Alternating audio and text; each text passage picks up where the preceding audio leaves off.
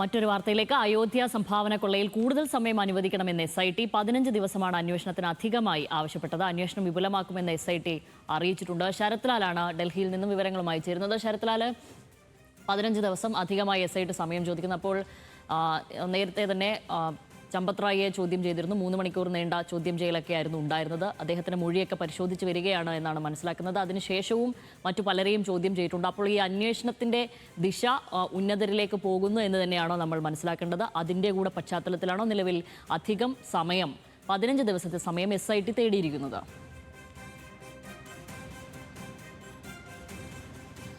ശ്യാമിലി, അതുതന്നെയാണ്. കാരണം കൂടുതൽ അന്വേഷണം ആവശ്യമുണ്ട്. ഇതിൽ കൂടുതൽ ആൾക്കാർ പങ്കാളികളുണ്ടോ, അല്ല ഉയർന്ന ട്രസ്റ്റിലെ ഉയർന്ന അംഗങ്ങൾ പങ്കാളികളുണ്ടോ, ഈ കാര്യത്തിൽ വ്യക്തമായ തെളിവ് SITക്ക് ആവശ്യമുണ്ട്.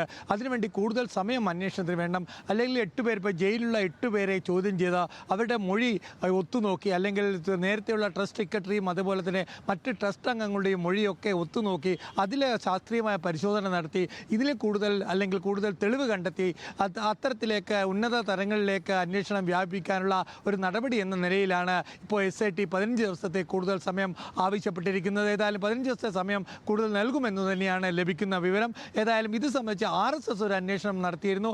RSS ഉന്നത ക്ഷേത്രീയ പ്രചാരക് തന്നെ 3 ദിവസം അയോധ്യയിലെത്തി വിവരങ്ങൾ ശേഖരിക്കുകയും ഇത് സംബന്ധിച്ച റിപ്പോർട്ട് RSS മേധാവി മോഹൻ ഭാഗവത്തിന് സമർപ്പിക്കുകയും ചെയ്തിട്ടുണ്ട്.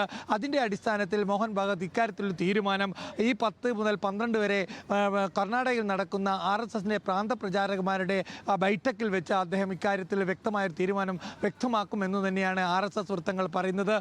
RSSന് കടുത്ത അതിർത്തിയാണ് ഇത്തരമൊരു ആരോപണം ഉയർന്നു വന്നതിലും ഇത്തരമൊരു കൊള്ള പരസ്യമായി അയോധ്യയിൽ നടന്നതിലും. ഏതായാലും ഈ കാര്യത്തിൽ ഇതിൽ ബന്ധപ്പെട്ട ആരായാലും ശിക്ഷിക്കപ്പെടണം എന്ന നിലപാടാണ് RSSന്റെ ക്ഷേത്രീയ അല്ലെങ്കിൽ പ്രചാരക നൽകിയ റിപ്പോർട്ടിലുള്ളത് എന്നാണ് RSS വൃത്തങ്ങൾ പറയുന്നത്. ഇത് കൂടി കണക്ക് കൂട്ടുമ്പോൾ ഉന്നതരിലേക്ക് കേസ് ഉത്തരവാദിത്തം ഫിക്സ് ചെയ്യപ്പെടും. എത്ര ഉയർന്ന ആളായാൽ പോലും ശിക്ഷിക്കപ്പെടും എന്ന് തന്നെയാണ് RSS നൽകുന്ന സന്ദേശം. അതുതന്നെയാണ് SITക്ക് കൂടുതൽ സമയം നൽകുന്നതിൽ യോഗി ആദിത്യനാഥിന് കൂടുതൽ സമയം നൽകാനുള്ള സാധ്യത നമ്മൾ കാണുന്നത്. ശ്യാമിലി, ശരത് ലാൽ ഡൽഹിയിൽ നിന്നും വിവരങ്ങൾ നൽകിയത്.